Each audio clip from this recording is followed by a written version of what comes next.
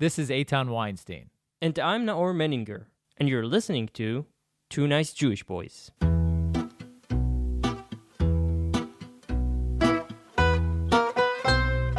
This podcast is made in collaboration with the Jewish Journal. Check them out at jewishjournal.com. Also in collaboration with Arutz Sheva, israelnationalnews.com. If you'd like to support the podcast, visit 2njb.com/donate. Jews have always loved a good argument.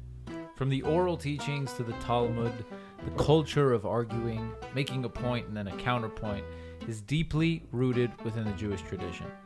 Maybe that's the reason that in recent years, under the radar, Israel has become an international juggernaut in the debate world. The debating clubs are thriving, and in international debating competitions, Israel is winning big prizes.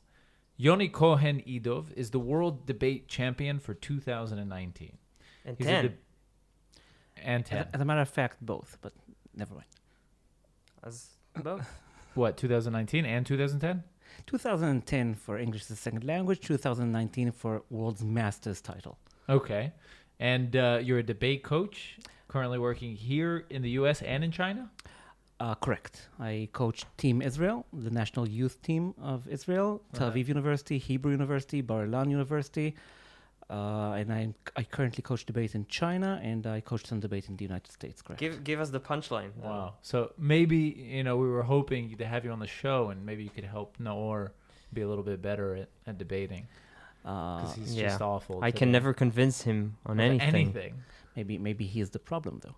Okay, I'll have to assess the situation and see, but chances are I might be able to help. He did convince me to do this podcast, so I guess that's my only achievement in life. Ultimate, yeah.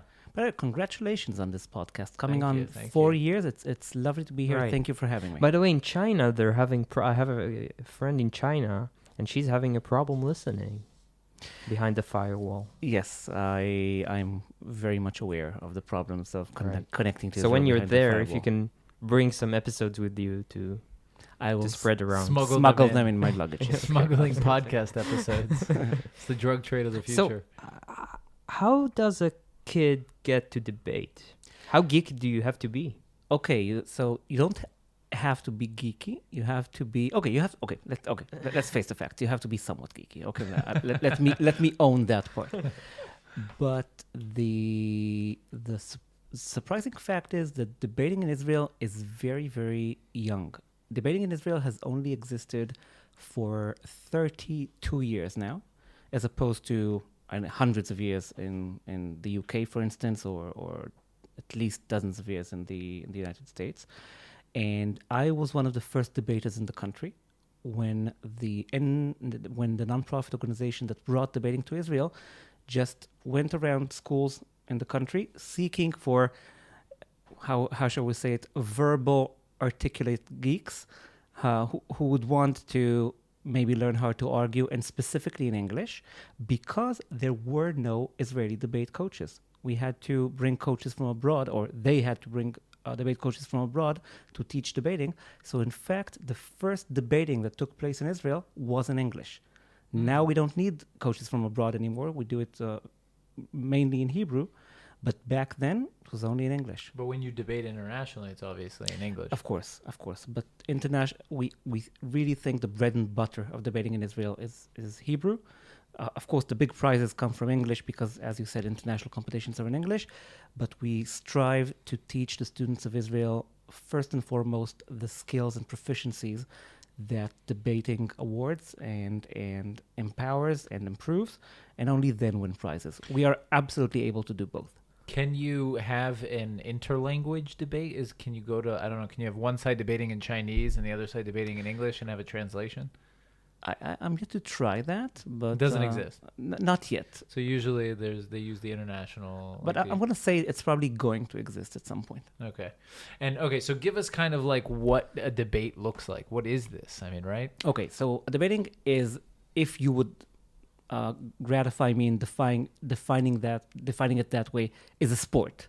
It's I call it a sport. because- Everything is a sport because- nowadays. No, I call it a sport because then I get to be a professional athlete, basically. Right. So it's a sport in which two teams argue about a topic given to them more often than not 15 minutes ahead of the debate. So there's a difference. There's a difference between different countries and different formats. But the international format, you're given a topic 15 minutes before the debate. Now the topic could be something economic. It could be something international relations related. It could be sports. It could be education. It could be science fiction. How niche does it get? Is it like It doesn't get too niche because it does not and it should not require expert knowledge on anything, because it should be something that anybody is able to, or any reasonably intelligent person is able to argue. So it doesn't get too niche. It doesn't get it won't involve something that only if you read a specific article or a thesis in a specific subject you can argue, but you absolutely have to follow the news, for example. And sometimes it's not niche at all because it's not even news related. I think so. Just a few months ago, I ran the Asian Schools Debating Championship. Our grand final was that we prefer a world in which people cannot tell lies. So imagine a magical world in which people cannot tell lies. Would it be a better world than ours or a worse world? There was a Sliders episode about that. See, so that was the debate. and The what was classic your TV stance? show. Oh, I was judging. You were I was- judging. yeah. Okay. So that was the debate. One of my favorite topics of all time, because we absolutely crushed Harvard University on that, was that you should criminalize adultery. That cheating on your partner should be a criminal offense for which you go to jail. Which side were okay, you? so that's the interesting thing. You get the topic 15 minutes ahead of time, then you draw sides. We drew four. We drew pro.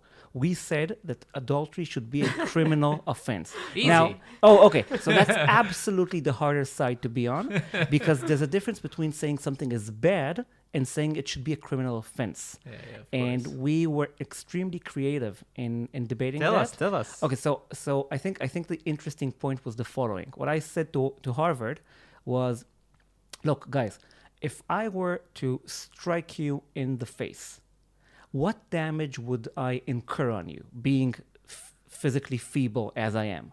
Maybe a short-term pain to your jaw that would pass within a few hours, maybe a couple of days. That's it.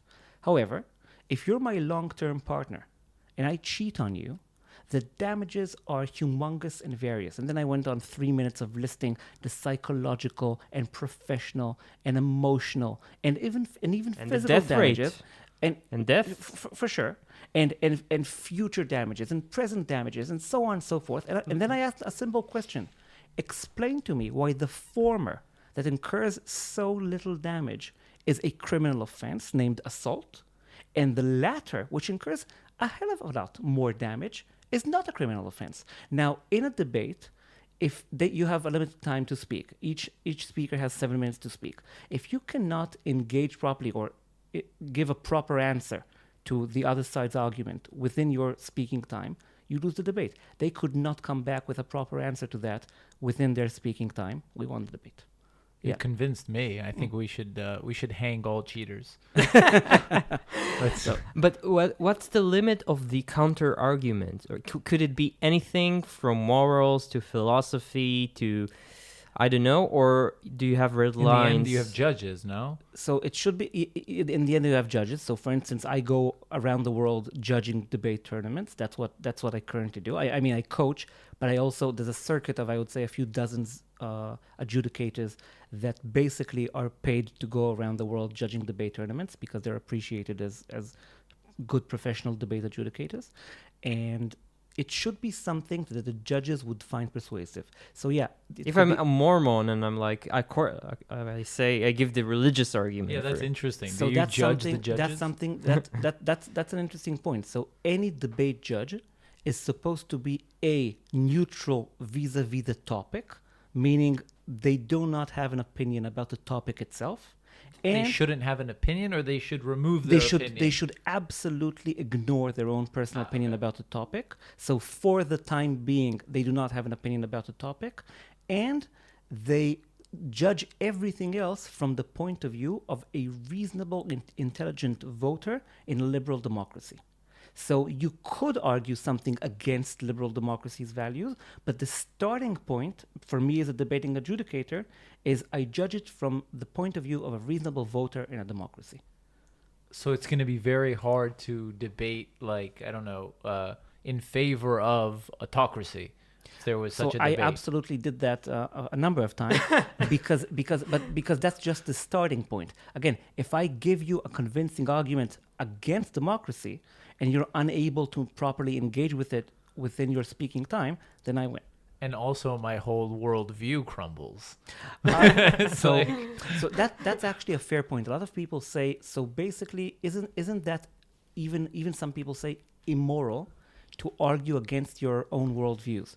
And I say quite the contrary, because this is a game that's supposed to empower and improve your skills of like cognitive skills and rhetorical skills, of course, but also the values of listening to one another and dialogue and tolerance and mutual understanding.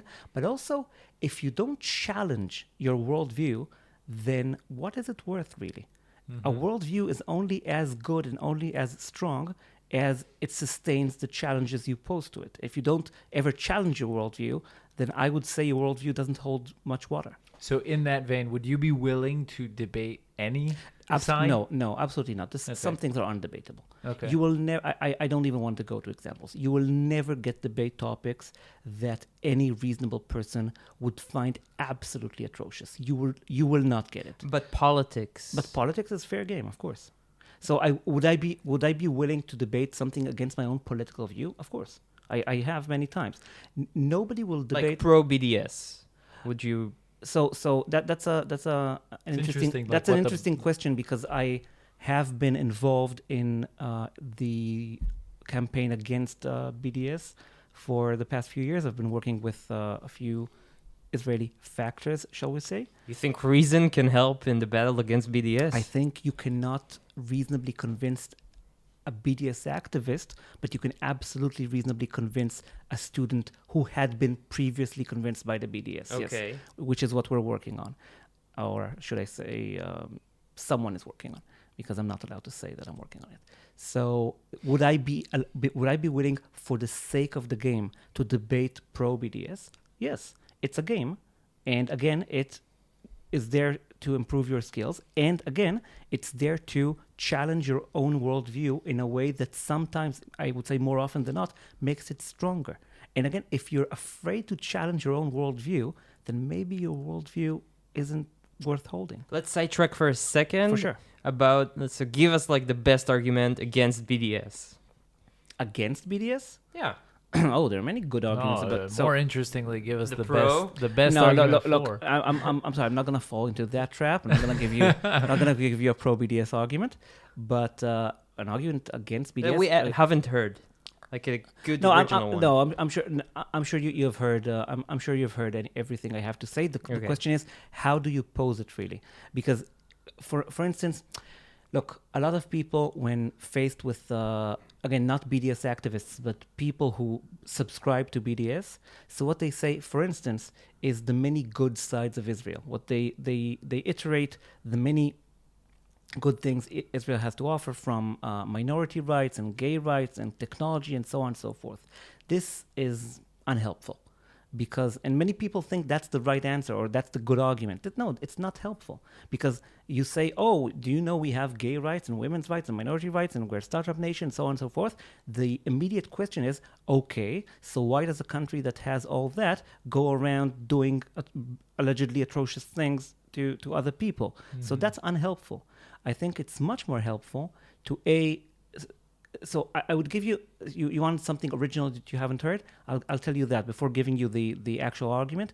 Do you know what's the first thing you're supposed to do when you encounter, I would say, somebody that subscribes to BDS, but on any topic, somebody that disagrees with you very strongly and you want to convince them of your view? What's the first thing you do? Absolutely. Almost always. Identify make friends with them. Absolutely. I would say agree. I would say agree with them on something. Some people would settle for acknowledge their view, meaning, oh, I hear what you're saying, I would go much stronger Find than that. common ground. Find common ground. So Ethan, if you encounter Bernie, Yeah. you should be like, look, man.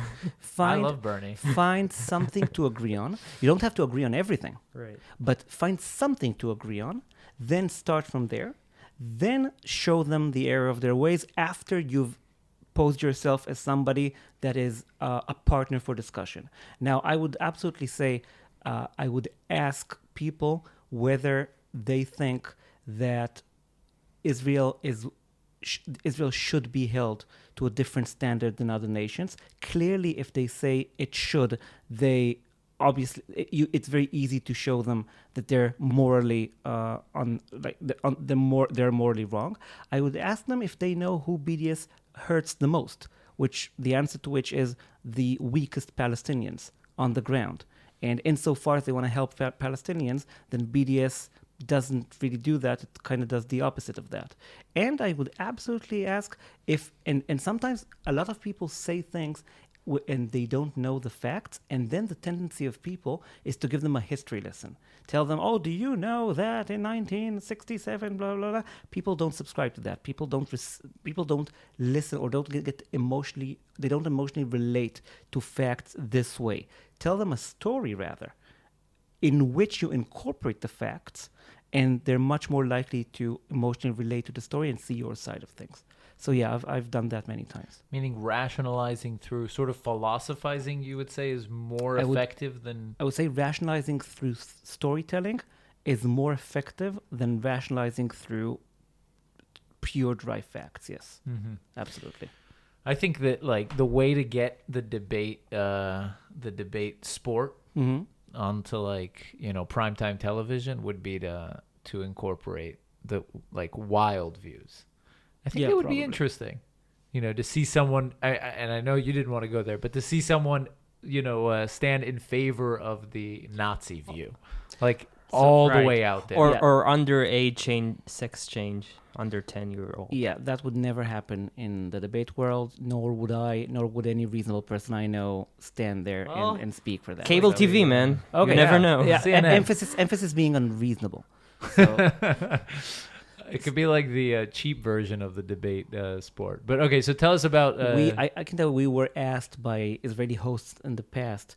I think nowadays, when we've won so many international prizes and people are so much more aware of debating in Israel, it's much easier. But in the early days, when debating was unheard of, and we wanted to spread the word around, we were asked by Israeli TV hosts to physically fight as part of the debate. And we said, no, we're not going to do that. So, no, physically fight, no. But why? Okay, so let me ask you, why is it that there are certain clear limits to you? Meaning, let's take it to the extreme. If what you were saying before, that we should challenge our worldview, why not challenge it to the extreme?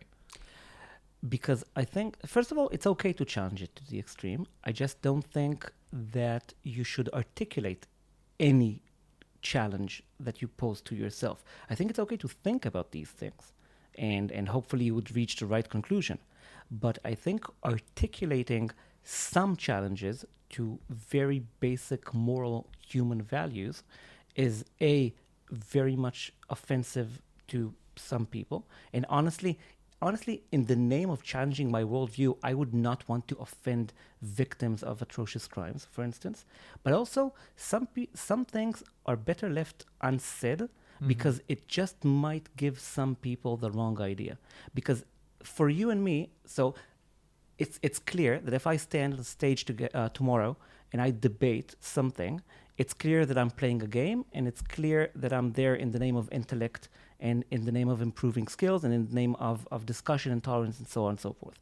However, for other people, they would hear, forgive me for saying that, a rather persuasive speaker speak about absolutely atrocious things in a way that might, to some people, make sense. I would say, just giving one person the wrong idea about one of these things, not worth it. So arguing is a dangerous game.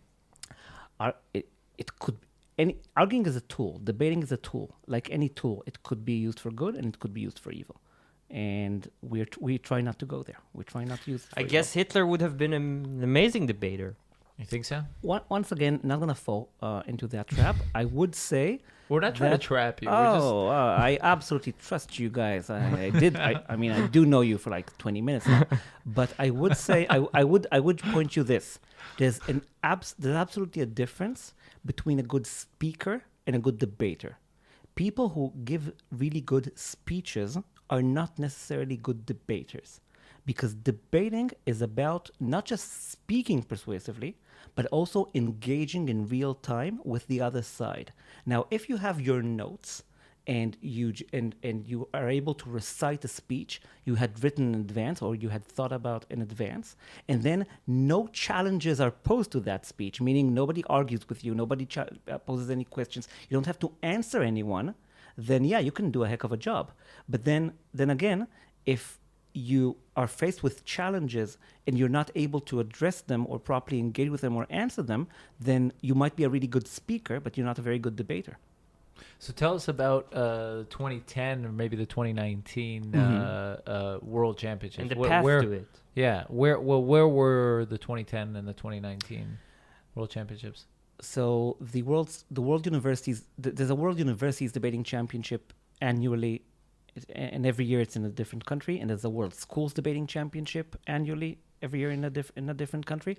By the way, just as a little anecdote, some of these competitions in within my career have happened in Qatar, in Indonesia. I was in fact in Qatar with Team Israel in 2010 for the World Schools Debating Championship. It was a tremendous experience. We were so welcome there, and some people, it was it was the first time for them meeting Jews, not let alone Israelis, and they actually approached us and said, "Wow, we've been lied to all these years." It was absolutely amazing. But World School Championships, meaning before university, like under 18? Correct. And then before 18. university. Correct. And you have to be a student at the university too, or a Oh, student the at school, the school? yes, at a school, yes, correct. Yeah. But I won the World Universities Debating Championship in 2010. It was in Turkey. The final topic was actually very interesting. It was about whether we should ban any positive portrayal of convicted war criminals. So as per your question earlier, I drew proposition, meaning I was for banning any positive portrayal of convicted war criminals. But if I had been on the opposition, then I had to argue that we should allow positive portrayal of Hitler, for example. Not necessarily support that positive portrayal, but allow it. But we were for banning it. And once again, we were very creative. We were able to equate positive portrayal of war criminals to active incitement and prove that positive portrayal of war criminals might lead to active violence, and we won the debate. What do you actually believe on that topic? I think it really depends on the context. I think if you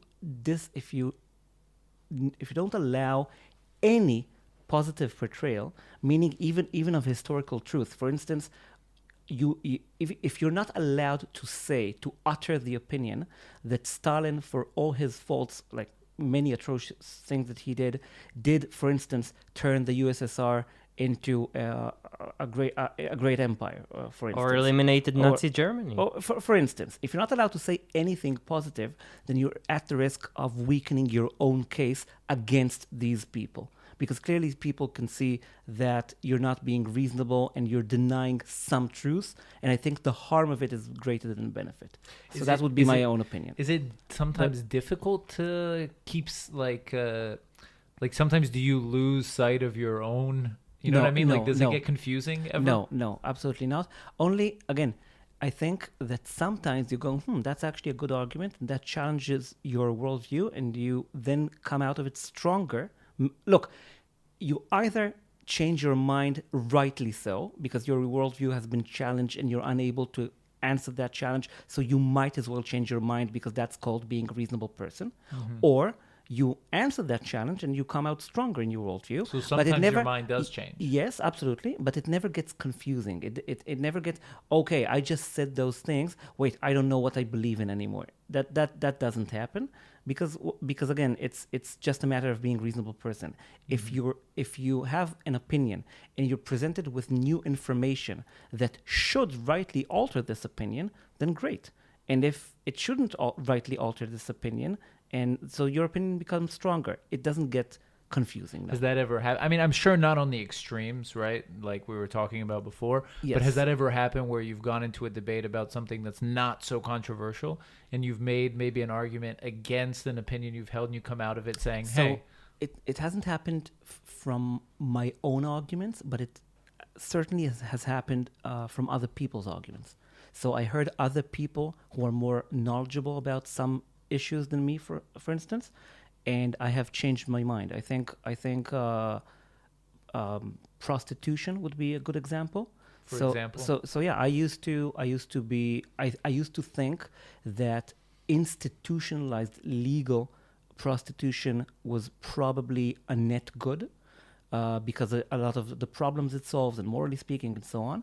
Then I encountered a Dutch debater from Amsterdam, in which prostitution is legal, who was much more knowledgeable about the topic than I was, and she, in the debate, presented some arguments and facts that I had not known, that I had not considered, and I walked out of that debate saying, "Yeah, I guess my opinion was wrong."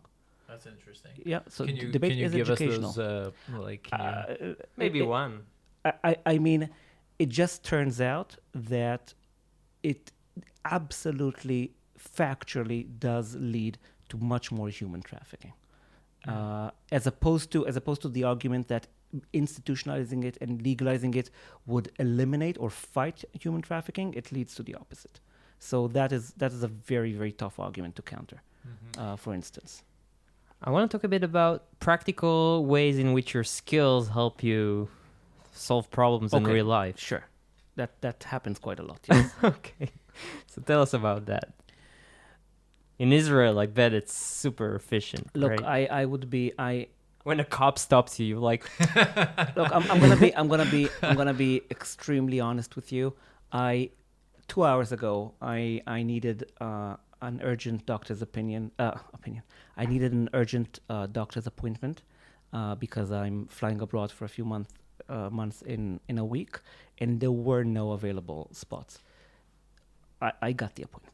So yeah, I even though there were no available spots. So yes, that happens quite a lot. And like your friends are reluctant to get into arguments with you? Yes. I see my girlfriend over there says we'll get to her in a second. I have a few nodding her head questions. no, but my friends as a rule, yes, they're reluctant to Okay, get which into arguments. okay. Thing is, I honestly think that so just getting this appointment is one example, but yes, debating is about so much more than arguing, because as far as I'm concerned, I don't coach how to argue. I coach how to communicate effectively.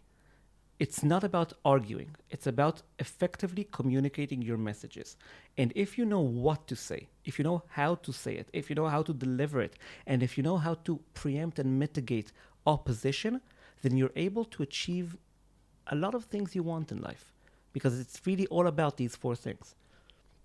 How can you maintain a relationship, though? Because it is known that in a relationship, you should always say you're right, which is the antithesis to debating. I would say two things. One, it helps if your partner is also a former debater.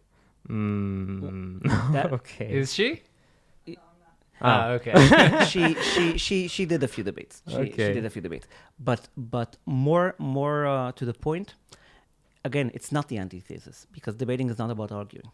The game is an argument, but the skill is about communicating effectively. And once you're able, and I would say two things. One, look, it's like everything you say, you convince me. No, it's scary though, because it's like dating a psychiatrist. You know, you always feel he sees under your skin. He knows your next move. So first of all, look, 3 points. First of all, if I may, present three arguments. One, Okay. I'm very fortunate to have an extremely intelligent girlfriend, and I don't believe I have the intellectual advantage over her. Okay. So that makes for an easier life because she's not insecure in any way. That's one. However, generally speaking, it's not about arguing; it's about communicating effectively. And my two former girlfriends, and who are absolutely irrelevant. Let's just acknowledge that. My two former girlfriends were two world-class debaters, and people heard non-debating people heard that and say, "Wow, you must be arguing all the time." Quite the contrary, because we know how to communicate effectively. We could avoid many misunderstandings and, I would say, unnecessary conflicts that many couples fall into. And lastly, and this is hugely important, debating makes you more self-critical. You're far more likely to admit the other side is right and you are wrong, having debated for many years, because after every debate, what happens? You debate, you give your 7 minutes, 8 minutes of speech. Then you hear other people speak, and then a different person says, okay, you lose because you did not reply to this, and this. This and this arguments were not convincing. This was completely off topic. And you just sit there and take it.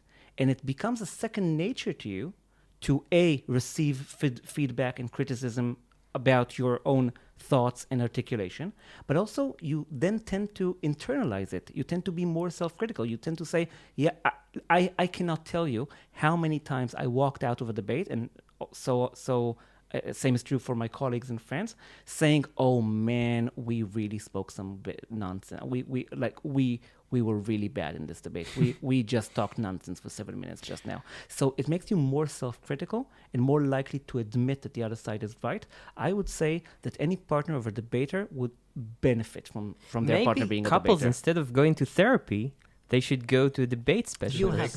You have no idea how many couples are formed in the debate world, and they're good, steady, stable couples because debating makes you more self-critical and communicate more effectively. But you can't help the fact that there's the emotional element in a relationship. Oh, so but yes, I can.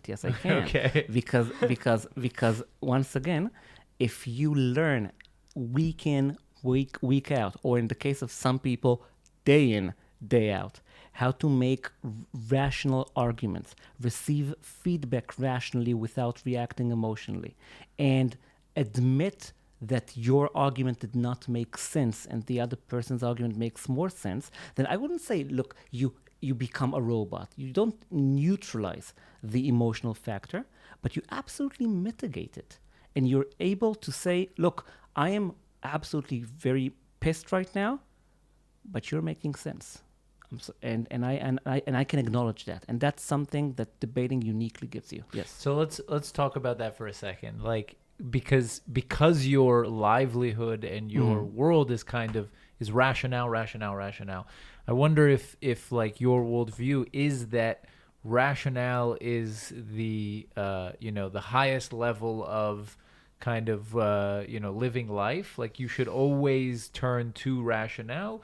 Or is sometimes pure emotion the way to go? Or do they play a game? Or is it kind of like you said, you have to mitigate emotion? That's a really interesting question.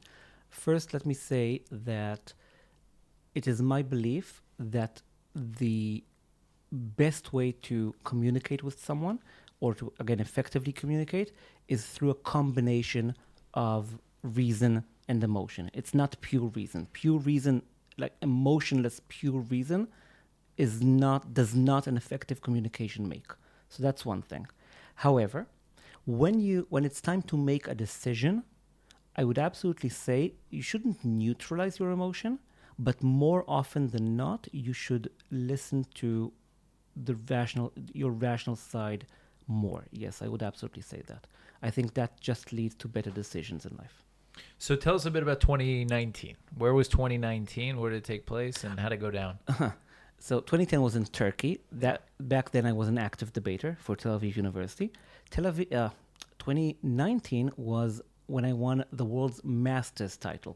So that's for veteran debaters. That's a side competition for veteran debaters who are no longer active debaters, but who would still like to win some things.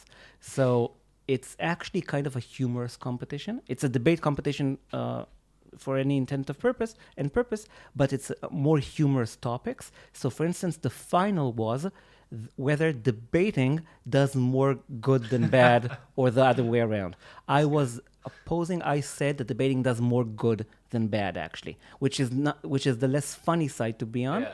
But yeah, we were able to be funny about it, because I think my main argument was that if debating does more good than bad, because if we didn't have debating, then all the douchebaggery of debaters would be unleashed onto unsuspecting people that are not debaters, and that would be Society would collapse. Exactly. No, that would be a moral atrocity. So it's like a valve to like its, Yes, absolutely. channel. So that was our main argument. Yeah. Okay, but let's get to the real issue here, why we brought you here. For sure. For some tips. I'll tell you my biggest problem when debating / arguing with people, usually from the left side of the spectrum. Mm-hmm. Usually it gets to the point where their arguments are ad hominem. Mm-hmm. That's how you said in English? Arguments. So what do you do to prevent that? And once it happens, when they call you a fascist or not emotion, like you have no compassion and stuff like that is from the world of emotions, what do you do then? Give me an argument. Tell me something. In Eitan, help us out here. You want me to give you a controversial one? No, Or, give me a real life example. Okay, I'll give you an example. Okay. I think this is it was on I mean, it wasn't this The is one also with the not email a good from the this email is, we got what is that? about the poor, about helping, about okay, yeah. What? Go. Helping the poor. Right. I don't remember what the context was. I know that there was an argument, but okay. this isn't a good example because it's on social media, which isn't a good platform to really. Fair enough. debate. No, but I have one. The one Okay. you said about health insurance in America, right? Okay. Should you get is the American health system good or bad?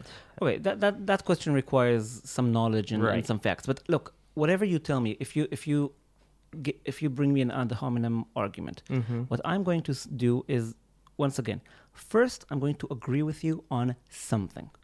Okay, I'm going to find something on which I can agree with you, even if I don't agree with the essence of your argument. I'm going to find something to lay common ground between us. That's the Okay. first thing I'm going to do. Then, I'm sorry, is the ad hominem against me or Against Okay. me in the argument. Then I will say this. Look, I agree. Look, no. First, let me say I absolutely agree with you that X and Y. This is not something that is controversial between us, and I think you're right. Notice how I use personal language and saying I think you are right. I don't think your opinion is right. I don't think your view is right. I think you, Nao, is right. That's very psychologically effective. Secondly, I don't believe I am a fascist or whatever you would call me, but I would ask you to do something that's rather difficult, but I think can be done. Even if I were, I would really want you to try and answer what I'm saying, even though I may be a fascist. And maybe I'm wrong. Look, maybe I'm wrong, but the only way to discover if I'm right or wrong is to deal with what I'm saying, regardless of who I am or what I am. So here's what I'm saying. Here's my argument. Forget just for 1 second whether I'm a fascist or not a fascist. Just answer me that. Okay, Okay. that's nice. And I would say from there, now notice a few things. One, again, I'm not selling a magic potion. This does not work 100% of the time in 100% of the situation. This is not snake oil. However, I just increased the likelihood of you not seeing me as the enemy. I didn't, it's not 100%, but I increased the likelihood of you not seeing me as the enemy. I increased the likelihood of you engaging with me. I increased the likelihood of you listening to me. and I decreased the tension between us, and I increased the likelihood of you focusing on the argument rather than on the person. Lastly, and this is crucial, now the burden of proof is on you. Meaning, look who has, after what I've done just now, look who has to do the explaining. It's you, it's not me. I see.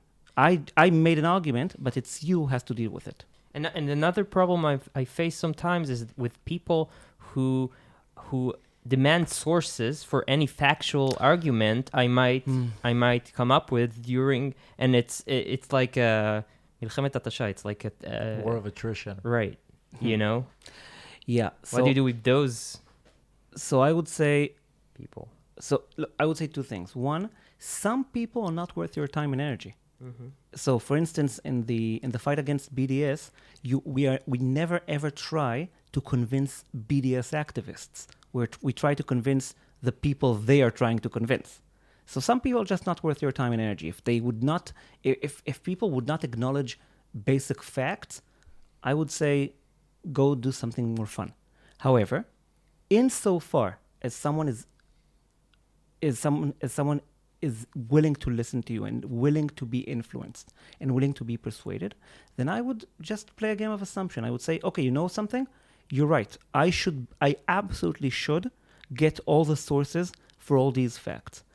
I don't have my phone on me right now. It would take time to Google. I don't want to disrupt the conversation. Let's just assume for just 1 second that these facts are correct. I'm going to tell you something. After this conversation, I'm going to Google all of it. And if anything is incorrect, I am going to have the honor and the guts to come to you and say I was wrong. But for now, just for the sake of the discussion, let's assume these facts are correct. Tell me where you stand on this, for instance. I think, yeah.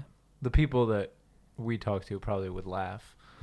I mean, a lot of people, right, would say, "Well, then I'll assume that my facts are correct." Okay. Right, and then you don't have. So, which brings me kind of to my next question, which is, there's a difference between, and like you mentioned with the BDS, right, when you are both trying to convince a third party, right?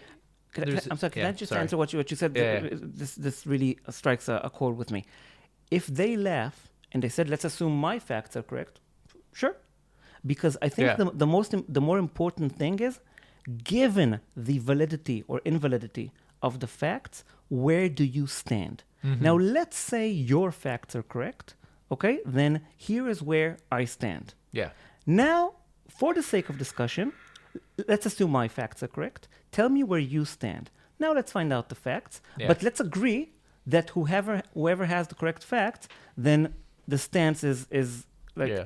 No, I think it's a great argument. It's a great point also, and it's true. But I just think that a lot of the people that get engaged in these kind of arguments aren't, like you said, interested and probably aren't worth the time and effort. Try agreeing with them first on something. Yeah. So what I'm wondering though is that a lot of the times the dynamic of a debate and the dynamic that you're describing with BDS is where you're both presenting your arguments to a third party, and the third party judges, right? It's someone who might be convinced by BDS and now they can switch sides, or the judges at a debate. Yes. But there's something very different about the dynamic when you are actually, if you were actually have to convince the other side, the other debate team. What's the difference in the dynamic there? And that's a really great question. I am known to be a very aggressive and a very sarcastic debater. So I wouldn't say ridicule, but I have good fun with the other side trying to convince the judges. So, for instance, I would often show how flawed the arguments of the other side are. I would often take their logic not to the absurd, but stretch their logic in a way that shows that their logic is invalid. And basically, I would be very playful with them, trying to convince the other person. I would do the exact opposite. As I said, I would first agree with something they said. I would be extremely respectful. I would actively acknowledge that I might be in the wrong. And I'm going to say that so that they know that I'm leaving room for doubt here and that I'm a partner for conversation. I am going to use, as I mentioned earlier, personal language positively and impersonal language negatively. Meaning anything negative I'm going to say to you, I'm not going to say the word you. I'm not going to say the word Eitan. I'm not going to. You will never catch me saying you're wrong. You will maybe I might say, look, Eitan, I think you personally are right about this and this and this. I think you are making an excellent point. I think the information on which you base your opinion might be flawed. We should check that. I think maybe the base assumption that your view is based on, maybe that could be changed. You will never hear me say you're wrong. You are right. The base assumption of your view might be something that we should consider. I feel like we owe you some money. This was good, but I have a really. Okay. I think that this is extremely relevant to Israeli society because for a long time I've been asking myself why in the world there isn't, and there's been. I think the last one was between Bibi and Rabin. Bibi and Peres. 96. In 96. Why isn't there a culture? Because there is a culture of arguing, as we pointed out, and obviously we are extremely good at it. Why isn't there a culture of political debating in Israel? Excellent question. So for the last, excluding the last 2 elections that happened in a row, let's treat that as one. For the last 4 elections, I've been trying to set up a debate between the candidates. I can tell you for a fact that every single candidate said yes, with one exception. Can you guess the exception? Bibi. Yes. Because of what happened in 1999. In 1996, Netanyahu and Peres debated for the last real debate that took place in Israeli politics. Netanyahu came out of nowhere to crush Peres in the debate and won the election on the hair.